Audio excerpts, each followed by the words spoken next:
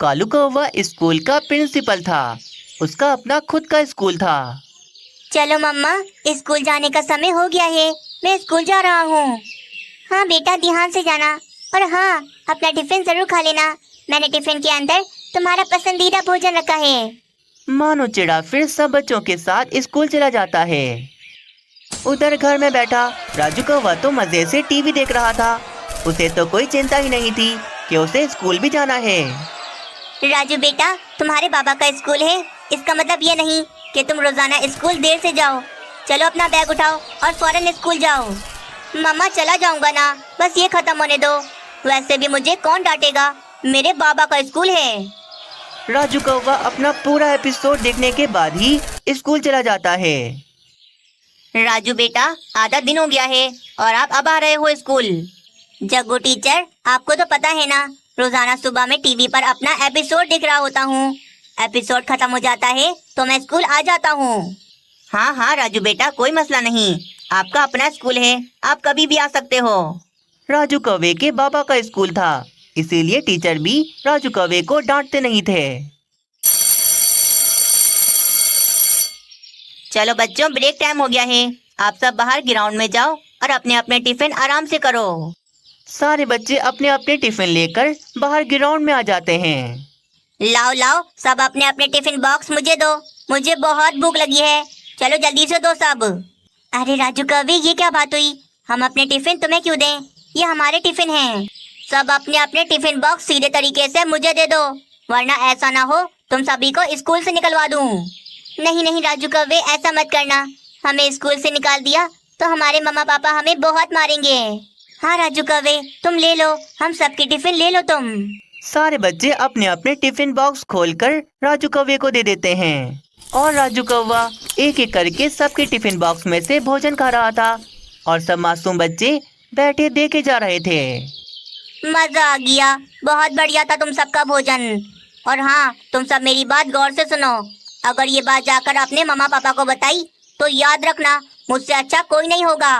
अपने बाबा से बोलकर तुम सबको स्कूल से निकलवा दूंगा मैं। राजू कौवे से तो सभी बच्चे बहुत डरते थे, क्योंकि राजू कौवा पूरे स्कूल का डॉन बना हुआ था। फिर छुट्टी का समय हो जाता है। सब बच्चे आज भूखे पेट ही अपने अपने घर चले जाते हैं। मम्मा मम्मा जल्दी करो, मुझे भोजन दो, बहुत भूख लग रही है मुझे। हाँ हाँ देती हूँ। मानो तुमने अपना टिफिन नहीं खाया ना, तभी तुम्हें इतनी भूख लग रही है। नहीं नहीं मम्मा, मैंने तो टिफिन का सारा भोजन खा लिया है। वो असल में आजकल हमारे स्कूल में पढ़ाई बहुत हो रही है।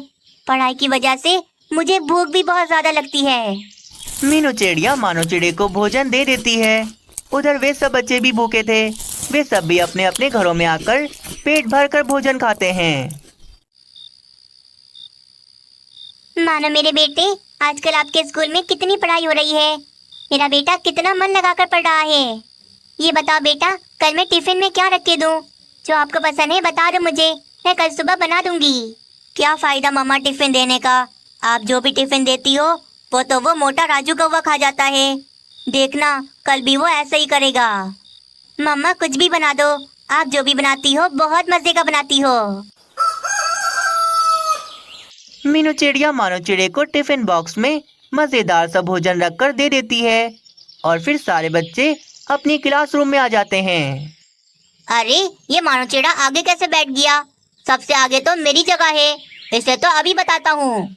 जग्गू टीचर, आप देख नहीं रहे? ये मानो चिड़ा सबसे आगे मेरी जगह पर बैठ गया। मानो चिड़े, चलो चलो बेटा पीछे जाओ, आगे राजू कौवा बैठता है ना। आ जाओ बेटा राजू कौवे, तुम आगे आ जाओ। मानो चिड़ा उदास होकर पीछे आ जाता है और राजू कौवा आगे जाकर बैठ जाता है। चलो बच्चों, कल मैंने आप सबको होमवर्क दिया था, सब अपनी अपनी नोटबुक लाकर मुझे दिखाओ। सब बच्चों की नोटबुक में होमवर्क पूरा था, पर राजू कौवे की नोटबुक खाली थी। उसने तो होमवर्क किया ही नहीं था। राजू बेटा, आपने होमवर्क क्यों नहीं किया? आपकी नोटबुक तो पूरी खाली है। वो जग्गू टीचर, मेरा दिल नहीं चाह रहा था होमवर्क करने का, और फिर मैं बाहर खेलने भी चला गया था, इसीलिए मैंने अपना होमवर्क नहीं किया। कोई बात नहीं बेटा, मैं आज फिर से होमवर्क दूंगा। अगर आपका दिल करे तो कर लेना। ठीक है टीचर, दिल करेगा तो कर लूंगा। राजू कौवे ने होमवर्क नहीं किया था, फिर भी राजू कौवे को डांट नहीं पड़ी थी। क्योंकि जग्गू टीचर भी राजू कौवे से बहुत डरता था कि कहीं उसकी वजह से उसकी नौकरी न चली जाए। ब्रेक टाइम के समय सब बच्चे फिर से अपने टिफिन बॉक्स लेकर ग्राउंड में आ जाते हैं और आज भी राजू कौवा उन सब बच्चों से उनके टिफिन बॉक्स ले लेता है। ये राजू कौवा बिना अपना टिफिन लेकर आता नहीं और हमारे टिफिन ले लेता है। हाँ, रोजाना ये राजू कौवा मेरी मम्मा का बनाया हुआ मजेदार भोजन खा लेता है। आज भी सारे बच्चे भूखे पेट ही अपने अपने घर चले गए थे। मानो चिड़े, आज मैंने तुम्हारा मनपसंद भोजन बनाकर टिफिन में रखा था, तुम्हें कैसा लगा था? हाँ हाँ मम्मा, दाल तो बहुत मजे की थी, खाकर मजा आ गया था। दाल? कौन सी दाल? मैंने तो कोई दाल नहीं दी थी, बल्कि मैंने तो बर्गर रख के दिया था। मानो चिड़े, मुझे सच सच बताओ, तुमने वे बर्गर खाया था? मानो चिड़ा तो अब मोटे मोटे आंसुओं से रोने लग जाता है। मानो मेरे बेटे, मुझे बताओ क्या बात है, तुम्हारी किसी से लड़ाई हुई है? आखिरकार मानो चिड़ा रोते रोते मीनू चिड़िया को सारी बात बता देता है। ऐसे कैसे वे सबके टिफिन ले लेता है? राजू कौवे के बाबा का स्कूल है, तो इसका ये मतलब नहीं कि राजू कौवा कुछ भी करे। मानो मेरे बेटे, तुम परेशान न हो, कल मैं तुम्हारे साथ चलूंगी, देखती हूँ राजू कौवा क्या करता है। सुबह हो जाती है, मीनू चिड़िया भी आज मानो चिड़े के साथ स्कूल चली जाती है। मानो चिड़ा तो अपनी क्लासरूम में आ गया था और मीनू चिड़िया प्रिंसिपल ऑफिस में कालू कौवे के पास आ गई थी। प्रिंसिपल सर, आपके बेटे ने तो हमारे बच्चों को परेशान कर दिया है। रोजाना हमारे बच्चों के टिफिन छीनकर वे खुद खा जाता है, और पता है वे क्या कहता है?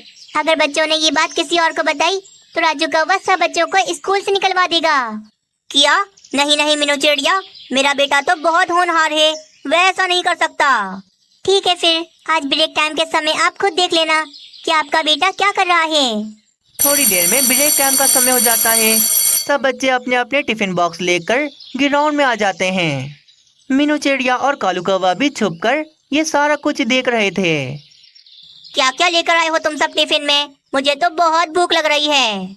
राजू कौवे, हमें नहीं पता, तुम टिफिन खोलकर खुद देख लो। राजू कौवा सब बच्चों के टिफिन बॉक्स खोलकर मजे से भोजन खाने लगता है। मेरा बेटा मेरे नाम पर ऐसा करेगा, मैंने कभी नहीं सोचा था, इसकी तो खैर नहीं। कालू कौवा और मीनू चिड़िया उन सब बच्चों के पास चले जाते हैं।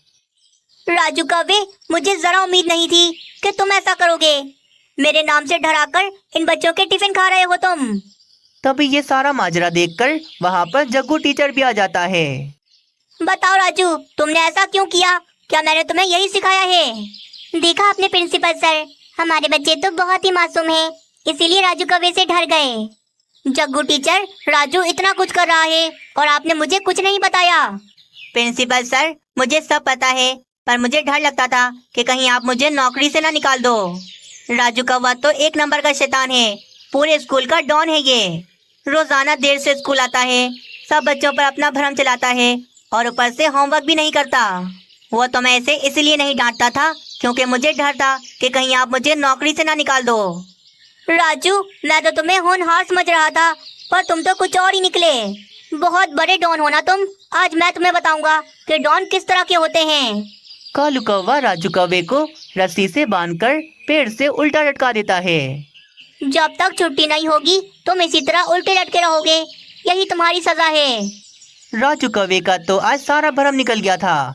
उसे ठीक सजा मिलती है और वे छुट्टी होने तक ऐसे ही पेड़ से उल्टा लटका रहता है। तो तेजी देखे तो हमारी बेटी कितनी सुंदर है, बिल्कुल चांद का टुकड़ा लग रही है। हाँ तो क्यों नहीं होगी, जब तुम इतनी सुंदर हो तो हमारी बेटी को तो सुंदर होना ही था। तो तेजी, मैं बहुत ज्यादा खुश हूँ कि हमारी बेटी हुई है, परंतु उदास भी हूँ कि बड़ी होकर ये शादी करके हमसे दूर चली जाएगी।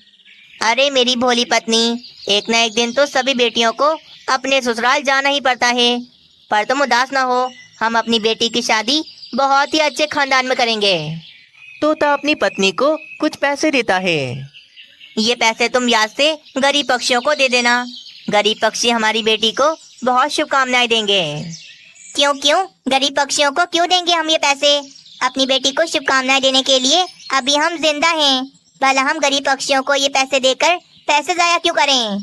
ये पैसे हमारी बेटी के दहेज में बाद में बहुत काम आएंगे। तोता अपनी बेटी के होने पर खुशी खुशी पूरे जंगल में मिठाइयाँ बांटता है। अरे वाह वाह वाह तोती, तुम्हारे तो भाग्य ही खुल गए। वाकई में तुम्हारी बेटी को नजर न लगे कि बहुत सुंदर है। इसमें तो कोई शक नहीं, मेरी बेटी तो लाखों में एक है। मैं तो बस अभी से ही अपनी बेटी का दहेज जमा करना शुरू कर दूंगी। ओहो, तुम भी कितना दूर का सोचती हो तोती बहन। अभी तो ये बहुत छोटी है, इसकी शादी में बहुत समय है। पहले इसका अच्छे से पालन पोषण करो, इसे खूब पढ़ाओ लिखाओ, उसके बाद होगी इसकी शादी। कुछ साल फिर बीत जाते हैं। नन्ही तोती थोड़ी बड़ी हो गई थी और अब वे स्कूल भी जाने लगी थी। ये लो तोती, मैं हर महीने अपनी पगार से कुछ पैसे गरीब पक्षियों के लिए निकाल कर अलग कर देता था और आज ये पूरे 10,000 जमा हो गए। तुम गरीब पक्षियों को ये सारे पैसे दे आना। 10,000 रुपए? बाप रे, इतने सारे पैसे आप गरीब पक्षियों को दे देंगे? पागल तो नहीं हो गए? कोई जरूरत नहीं है, मैं इन पैसों से अपनी बेटी के लिए सोने का हार बनवाऊंगी। ये क्या बोल रही हो तुम? ये पैसे मैंने गरीब पक्षियों के लिए निकाले हैं, अब ये पैसे हम अपने इस्तेमाल में नहीं ले सकते। मैं नहीं जानती किसी गरीब पक्षी को, हमने ठेका थोड़ी ना ले रखा है सबका। ये पैसे तो मेरी बेटी के हैं, मैं उसके लिए सोने का हार लेकर आऊंगी। तोती, ये सब क्या है? मैं देख रहा हूँ जब से हमारी बेटी हुई है तो मैं उसके दहेज की बहुत चिंता लग गई है। अरे मैं अच्छा कमा तो रहा हूँ, अपनी बेटी का दहेज भी बहुत बढ़िया दूंगा।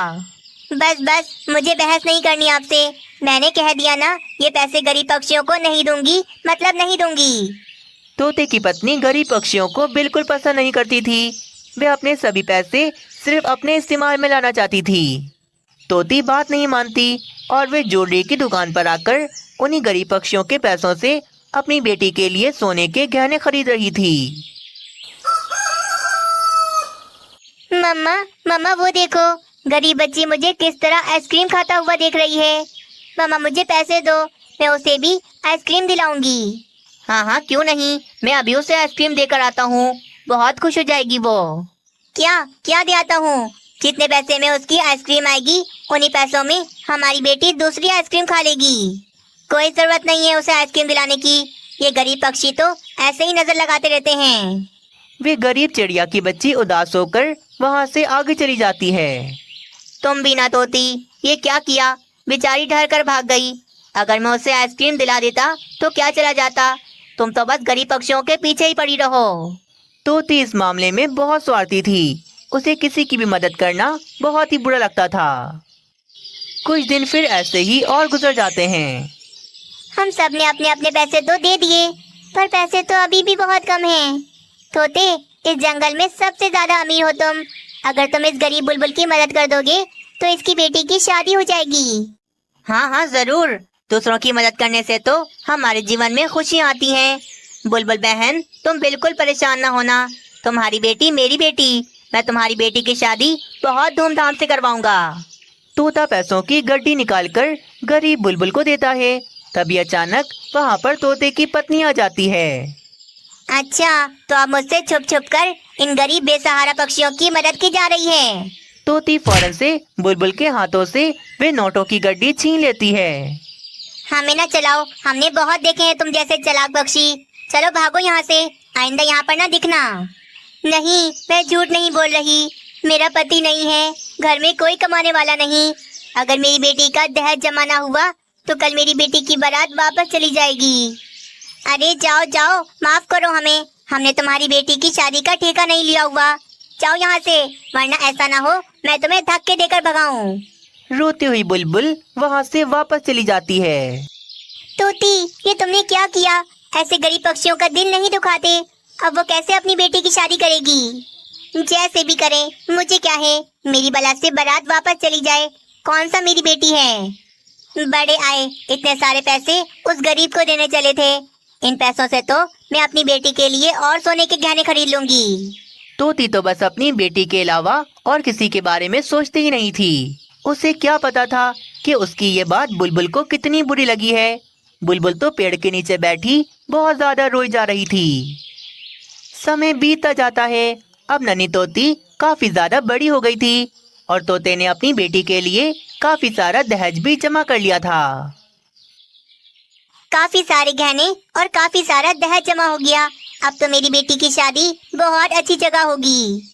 कुछ ही दिनों में नन्ही तोती का रिश्ता पक्का हो जाता है और कुछ दिनों के बाद उसकी शादी होने वाली थी। हाय हाय, मेरी बेटी कितनी प्यारी लग रही है, किसी की नजर न लगे। बेटा, मैंने तुम्हारे लिए बहुत सारे गहने बनाए हैं, रोजाना नए नए पहनना और बहुत खुश रहना। तोती ने अपनी बेटी की शादी पर गरीब पक्षियों के अलावा सबको बुलाया था और वे तो अपनी बेटी की शादी में पानी की तरह पैसे उड़ा रही थी। चलो चलो, समय निकला जा रहा है, शादी शुरू करो। तोती बहन, सच में दोनों की जोड़ी बहुत प्यारी लग रही है। वैसे आपने बताया नहीं, ये लड़का काम क्या करता है? बिजनेस करता है कोई बड़ा, बता रहा था दूसरे जंगल में इसका कोई बड़ा काम काज है। शादी हो जाती है, तोती की बेटी अपने ससुराल में आ जाती है। तोते जी, ये क्या? आप तो कह रहे थे आपका बहुत बड़ा घर है, तो फिर ये किसका घर है? हाँ हाँ, वो पत्नी जी, मेरा जो बड़ा घर है वहाँ पर कोई काम करवा रहा हूँ। काम पूरा हो जाएगा तो हम उसी घर में चलेंगे। अच्छा अच्छा, मैं वही कहूँ, आपका तो इतना बड़ा काम काज है, आप मुझे ऐसे घर में थोड़ी ना रखोगे। शादी तो मेरी जैसे कैसे हो गई, पर ना जाने जब मेरी असलियत इसे पता लगेगी तो क्या होगा। चलो पत्नी जी, मैं काम पर जा रहा हूँ, आ जाऊंगा शाम तक। ये बोलकर तोती का पति काम पर चला जाता है। तोती के पति का कोई कामकाज नहीं था, वे तो दूसरे जंगल में आकर कटोरे में भीख मांगकर पैसे कमाता था। पैसे दे दो, कोई मुझ गरीब को पैसे दे दो, मेरे पास खाने को भोजन नहीं, घर में बीवी बच्चे भूखे मर रहे हैं। आते जाते पक्षी उस तोते को पैसे दे जाते थे और इस तरह शाम तक उसका कटोरा पैसों से पूरा भर जाता था। पैसे दे दो, कोई मुझ गरीब को पैसे दे दो, मेरे पास खाने को भोजन नहीं, घर में बीवी बच्चे भूखे मर रहे हैं। तोते की पत्नी भी कुछ सामान लेने के लिए दूसरे जंगल में आई हुई थी, तो उसकी नजर उसके दामाद पर पड़ ही जाती है। मुझ गरीब को पैसे दे दो, मेरी मदद करो, मैं भूखा मर रहा हूँ। ये देखकर तोती के तो तोते उड़ जाते हैं, जो वो कभी नहीं चाहती थी। आज घूम फिर कर उसके साथ वही हुआ था। नहीं, ये मेरा दामाद नहीं हो सकता, मेरा दामाद तो बहुत बड़ा बिजनेसमैन है, वो ऐसे ऐसे काम नहीं कर सकता। जब तोती उसके पास आकर गौर से देखती है, तब तो वो मान जाती है, ये तो उसी का दामाद है। तुम भीख मांगते हो, इसका मतलब तुम गरीब हो। तुमने तो कहा था ना तुम्हारा बहुत बड़ा काम काज है, तो ये सब क्या है? माँ जी, आप यहाँ पर क्या कर रही हो? हाँ माँ जी, ये सच है, मैं बहुत गरीब हूँ, मेरी शादी नहीं हो रही थी, इसीलिए मैंने झूठ बोला कि मैं बहुत अमीर हूँ, मेरे पास बहुत पैसे हैं। मेरा कोई बड़ा घर नहीं है और ना ही कोई बिजनेस, मैं तो बस ये भीख मांगकर पैसे कमाता हूँ। ये तुम क्या बोल रहे हो? तुम्हें पता है ना मुझे गरीबों से कितनी नफरत है, तुम ऐसा कैसे कर सकते हो हमारे साथ? देखे माँ जी, आप ये बात अपनी बेटी को कभी न बताना, वरना आपकी बेटी मुझे हमेशा के लिए छोड़कर चली जाएगी और उसका घर खराब हो जाएगा। अगर आप चाहती हो कि आपकी बेटी का घर बसा रहे तो आप ये बात उसे कभी न बताना, क्योंकि ये बात पता लगते ही वो मुझे छोड़कर चली जाएगी। मैं गरीब हूँ तो क्या हुआ, पर मैं दिल का बहुत अच्छा हूँ, आपकी बेटी को हमेशा खुश रखूंगा, उसकी आंखों में कभी आंसू नहीं आने दूंगा। तोती को जितनी नफरत गरीब पक्षियों से थी, उतना ही उसे उसका दामाद गरीब मिला था। मैं तो अब चाहकर भी कुछ नहीं कर सकती, मेरी बेटी का घर बसा रहे, मैं इसी में खुश हूँ। तोती वहाँ से परेशान होकर अपने घर चली जाती है। वे अपने घर पर भी आकर ये बात किसी को नहीं बताती। वे समझ गई थी कि उसने गरीब पक्षियों को इतना बुरा समझा, तभी उसे उसका दामाद भी उतना ही गरीब मिला। प्यारे दोस्तों, अगर आप सबको ये कहानी पसंद आई तो वीडियो को जरूर लाइक करें और चैनल को सब्सक्राइब करना ना भूलें। जंगल में दूध की 4 दुकानें थीं। सभी दुकान वाले पक्षी अच्छा और ताज़ा दूध ही बेचते थे। किसी दूध वाले के साथ गलत ना हो, इसीलिए जंगल के पक्षी रोजाना अलग अलग दूध वाले पक्षी से दूध खरीदते थे। चलो बेटा, जल्दी से दूध पी लो, आपको बड़े होकर मम्मा का साथ देना है ना? नहीं मम्मा, दूध नहीं पीऊंगा, मुझे दूध बिल्कुल अच्छा नहीं लगता। चलो चलो जल्दी से दूध पी लो, वरना मैं गुस्सा करूंगी। तुम्हें पता है ना, दूध पीने से शरीर में शक्ति आती है। नहीं मम्मा, मैं दूध नहीं पीऊंगा, नहीं पीऊंगा, मैं खेलने जा रहा हूँ, शाम तक वापस आ जाऊंगा। ये बोलकर मानो चिड़ा फौरन घर से बाहर खेलने चला जाता है। उफ, ये लड़का कभी नहीं सुनता। दूध ना पीने का तो बहाना चाहिए इसे। तभी मीनू चिड़िया खिड़की से देखती है कि सामने एक बिल्ली बैठी जोर जोर से म्याऊं म्याऊं कर रही थी। कितनी जोर जोर से आवाजें कर रही है। ये बिल्ली कितनी भूखी है। एक काम करती हूँ, ये दूध अब मैं इस बिल्ली को ही पिला देती हूँ। मीनू चिड़िया दूध को प्याले में डालकर उस बिल्ली के पास लेकर आती है। ये लो बिल्ली मौसी, दूध पी लो, तुम्हारी भूख मिट जाएगी। बिल्ली दूध को सूंघती है, पर वे बिना दूध पिए ही वहाँ से चली जाती है। ये क्या, अभी तो भूख की वजह से जोर जोर से म्याऊं म्याऊं कर रही थी, पर दूध देखते ही यहाँ से चली गई। ये बिल्लियाँ बिना मांस खाए बिना रह ही नहीं सकती। ये गया दूध में और पानी। एक बाल्टी दूध में पानी मिलाकर 4 बाल्टी दूध बना दिया। अब तो मुझे बहुत मुनाफा मिलेगा। जंगल में किसी पक्षी को भी नहीं पता था कि बुलबुल दूध में मिलावट करती है। बुलबुल का दूध बाकी तीनों दुकानदारों से थोड़े सस्ते दामों में मिलता था, जिस कारण ज्यादातर पक्षी बुलबुल से ही दूध खरीदते थे। रानी ये क्या, ये काली चाय लाकर क्यों दे रही हो? इसमें दूध डालना भूल गई तुम। कालू जी क्यों मजाक करते हो? पूरा 1 कप दूध मिलाया है मैंने। भला ये चाय काली कैसे हो सकती है? तुम तो अपने दिमाग का इलाज करवाओ। दूध डालना भूल गई और मुझ पर हंस रही हो। तुम मुझे ये आज काली कलूटी चाय पिला रही हो। रानी कौवी फिर चाय को देखती है। हाय रे, इतनी काली चाय। मैंने तो पूरा 1 कप दूध डाला था, परंतु रंग क्यों नहीं आया? कम से कम देखना तो चाहिए कि चाय में रंग आया कि नहीं। मुझे लाकर दे दी ये काली बेकार चाय। रानी कौवी फिर चाय मिलाकर थोड़ा दूध और मिला देती है। अरे क्या बात है बुलबुल, तुम्हारा दूध तो बहुत ही पतला है। दूध का कलर भी कितना हल्का है। क्या बात है, कहीं दूध में तुम पानी तो नहीं मिला रही? अरे कैसी बातें कर रहे हो कबूतर? इस जंगल में बरसों से दूध बेच रही हूँ, भला मैं मिलावट क्यों करूँगी? वो क्या है ना, कल मेरी गाय ने ज्यादा पानी पी लिया होगा, इसीलिए आज उसने इतना पतला दूध दिया। अब से मैं अपनी गाय को कम पानी ही पिलाऊंगी। ऐसा कैसे हो सकता है? गाय ज्यादा पानी पी ले तो दूध पतला हो जाए। बुलबुल बहन, तुम भी अच्छा मजाक कर लेती हो। नहीं नहीं, ये मजाक नहीं है, सच है। कल रात मेरी गाय ने ज्यादा पानी ही पी लिया था, जब आज उसने दूध इतना पतला दिया। मीनू चिड़िया अपनी बहन कोमल चिड़िया से दूध ले रही थी। वे ये सब कुछ देख रही थी। 1 हफ्ते पहले मानो चिड़ा इसी बुलबुल से दूध लाया था, और वे दूध तो बिल्ली ने भी नहीं पिया था। और आज तो इसका दूध पानी की तरह पतला हो रहा है। पक्षियों को गाय के नाम पर बेवकूफ बना रही है। जरूर बुलबुल दूध में पानी की मिलावट करती है। मीनू चिड़िया फिर जोर जोर से आवाजें देकर सारे पक्षियों को वहाँ पर जमा कर लेती है। हम पक्षियों को बेवकूफ ना बनाओ। भला गाय ज्यादा पानी पीने से दूध पतला कैसे दे सकती है? बुलबुल, तुम बेवकूफ बना रही हो सबको। ये मिलावट वाला दूध अब हम तुमसे नहीं खरीदेंगे। दुश्मनों चिड़िया, मुझ पर इल्जाम न लगाओ। कोई सबूत है तुम्हारे पास? हाँ मीनू चिड़िया, ऐसे कैसे इल्जाम लगा रही हो तुम बुलबुल पर? इल्जाम तो लगाएगी ना ये मीनू चिड़िया, क्योंकि इसकी बहन कोमल चिड़िया का दूध कम बिकता है और बुलबुल का ज्यादा। इसीलिए ये चाहती है कि बुलबुल की दुकान बंद हो जाए। नहीं, ऐसा कुछ भी नहीं है। मैं तो बस जो जानती हूँ वही बता रही हूँ सबको। हाँ मीनू चिड़िया, बुलबुल पर इल्जाम ना लगाओ। ये तो हमें कम दामों में दूध बेचती है। अगर तुम्हारे पास कोई सबूत है तो फिर आओ। पक्षियों को मीनू चिड़िया पर गुस्सा होते हुए देख बुलबुल बहुत ज्यादा खुश हो रही थी। अगले दिन मिट्टू महाराज का बेटा बहुत रोज जा रहा था।